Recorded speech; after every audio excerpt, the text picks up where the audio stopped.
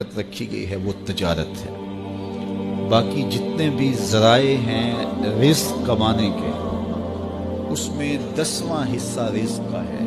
اور 9 حصے صرف تجارت میں رکھے گئے۔ تو اس لیے اگر کوئی شخص صلاحیت رکھتا ہے تو وہ تجارت کر کے اپنا رزق کمائے۔ اچھا، یہ بات ذہن میں رکھیں کہ کوئی مزدوری کر کے رزق کما رہا ہے یا ملازمت سے، یا وہ کاشتکاری کرتا ہے، یا وہ تجارت کرتا ہے، یا کوئی اس کا جو بھی ذریعہ رزق ہے، تو رزق کمانے کی 3 نیتیں ہیں جو مستحضر رہنی چاہیے۔ اگر ان نیتوں کے ساتھ وہ رزق کمائے گا تو اس کا رزق کمانا عبادت کہلائے گا۔ پہلی نیت، اپنے آپ کو سوال سے بچانا تاکہ اپنی ضروریات پوری کی جائے۔ وہ کاروبار کرے، وہ مزدوری کرے، وہ ملازمت کرے یا کاشتکاری کرے۔ دوسری نیت جو مستحضر ہو، اپنے وہ لوگ جو آپ کے زیر کفالت ہیں، وہ بوڑھے ماں باپ بھی ہو سکتے ہیں، وہ آپ کی اولاد ہے یا آپ کی بیوی ہے، جو بھی آپ کے زیر کفالت لوگ ہیں، ان کی کفالت کی نیت سے روزی کمانا کہ میں ان کی اچھی تربیت کر سکوں، ان کو اچھی تعلیم دلوا سکوں، ان کی ضروریات کو پورا کر سکوں، ان کے رہنے کے لیے گھر خرید سکوں اور ان کے اچھے لباس باہم پہنچا سکوں، ان کی غذائی ضروریات کو پورا کر سکوں، بیمار ہو جائیں تو ان کو دوائی لا کے دے سکوں، ان کی شادی بیاہ کے اخراجات پورا کر سکوں۔ تیسرا مقصد، معاشرے کے وہ لوگ جو کسی وجہ سے کما نہیں سکتے، اپاہج ہیں، بیوگان ہیں، اراملہ ہیں، مساکین ہیں، یتاما ہیں، یا وہ زاویے، وہ جگہیں کہ جہاں اخراجات ہوتے ہیں اور وہ معاشرے کی تشکیل کے لیے، آخرت کی بہتری کے لیے وہ جگہیں ضروری ہیں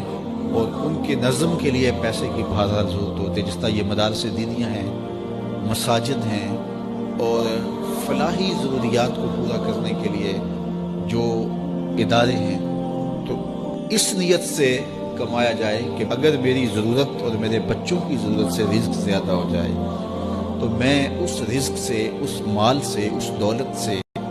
غرباء و مساکین کی مدد کر سکوں گا، اس سے معاشرے کے اپاہج اور کمزور لوگوں کے کام آ سکوں گا، مدارس دینیہ اور مساجد کے نظم کو چلانے کے لیے میرا ایک بھرپور حصہ ہو سکے گا۔ تو اس نیت کے ساتھ وہ کاروبار کرتا ہے۔ ان 3 نیتوں اور اہداف سے ہٹ کر کے رزق کمانا مذموم ہو جاتا ہے۔ اگر کوئی اس لیے رزق کماتا ہے کہ میرے پاس دولت فراوان ہو تو میں عیش و عشرت کر سکوں گا، میرے پاس دولت فراوان ہو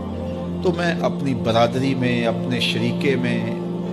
تفاخر کر سکوں گا، میں عمراء کی فہرست میں آ جاؤں گا اور میں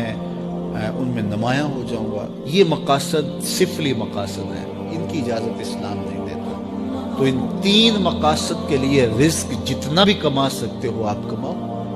اپنی ضروریات کو پورا کرو، اچھے طریقے سے پورا کرو، اپنے بچوں کی ضروریات کو اچھے طریقے سے پورا کرو۔ یجب علی صاحب المال ان یوسع علی عیالہ،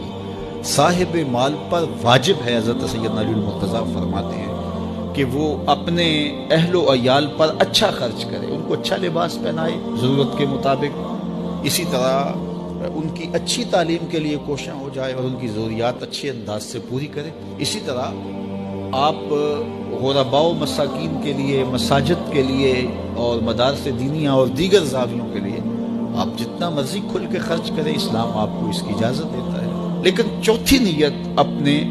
اہداف میں شامل نہ ہونے گئی کہ میرے پاس دولت فراوان ہوگی تو میں عیش و عشرت کر سکوں گا، میرے پاس دولت فراوان ہوگی تو میں محلے میں، گلی میں نمایاں ہو جاؤں گا، میں اپنی برادری میں، اپنے شریکے میں اونچا ہو جاؤں گا اور سارے میری طرف حسرت سے دیکھیں گے۔ اس طرح کی سوچیں ایک صالح انسان کی سوچوں سے مطابقت ہی نہیں رکھتی۔ تو یہ 3 نیتوں اور 3 اہداف کے لیے